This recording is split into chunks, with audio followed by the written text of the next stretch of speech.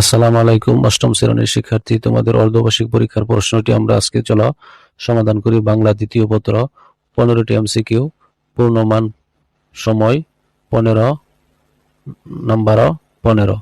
কি বলতেছি দেখো, 1 নম্বরে নিচের কোন বক্তব্যটি সঠিক? কিছু মাতৃভাষা ও রাষ্ট্রভাষা সর্বদা একই সমান। তারপর 2 নম্বরে বলতে 6 নম্বরে যে রাষ্ট্রভাষা কেবল সাহিত্য রচনার ভাষা। আচ্ছা, এই 4টা থেকে বলতেছি কোনটি সঠিক। এর সঠিক উত্তর হবে 1 নম্বরে ছোট গ। দেখো কি আছে, মাতৃভাষা হলো জন্মের পর পরিবার থেকে শেখা ভাষা, এটি হলো সঠিক। 2 নম্বর দেখো, নিচের কোনটি চলিত রীতির বাক্য? এই 2 নম্বরের সঠিক উত্তর হবে দেখো ছোট গ নম্বর, সে আজ স্কুলে গেছে। তারপর দেখো 3 নম্বরটি সাধু ও চলিত রীতির প্রধান পার্থক্য কোনটি? আমরা শুধু সঠিক উত্তরগুলি দেখব। 3 নম্বরের সঠিক উত্তর হলো ছোট গ নম্বর, ক্রিয়াপদের রূপ ও বাক্য রীতি। 4 নম্বরটি দেখো, নিচের কোনটিতে মফলা উচ্চারণ ঘটে, অর্থাৎ মফলা উচ্চারণ রয়েছে। 4 নম্বরের সঠিক উত্তর হবে দেখো নম্র। ক নাম্বার হবে সঠিক।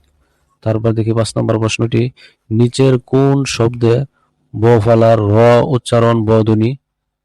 5 নম্বরের সঠিক উত্তর হবে দেখো ক নাম্বার, অম্বান। তারপর দেখো 6 নম্বর, বিসর্গ সন্ধির সঠিক উদাহরণ কোনটি?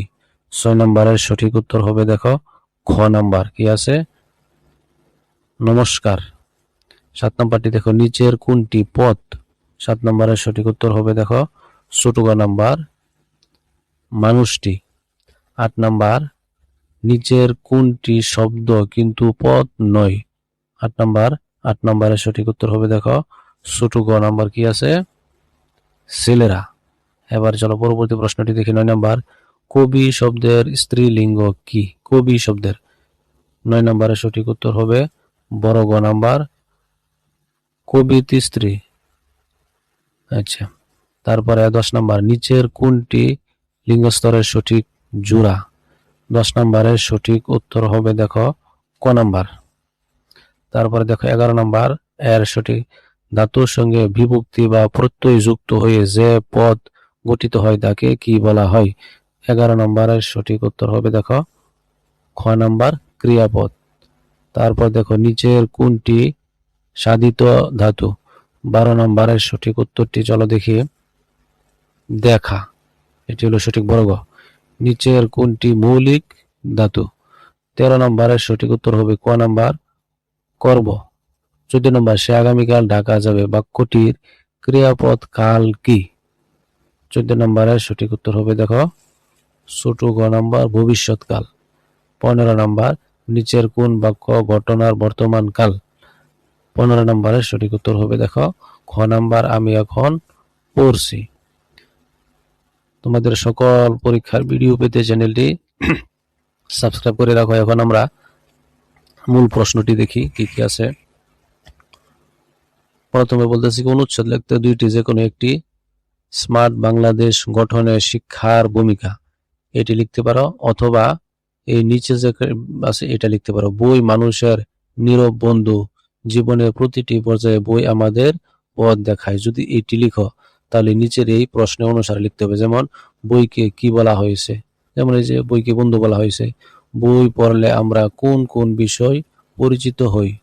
তারপর ছোট গ নাম্বার, প্রযুক্তির যুগে বইয়ের বিকল্প কেন নেই?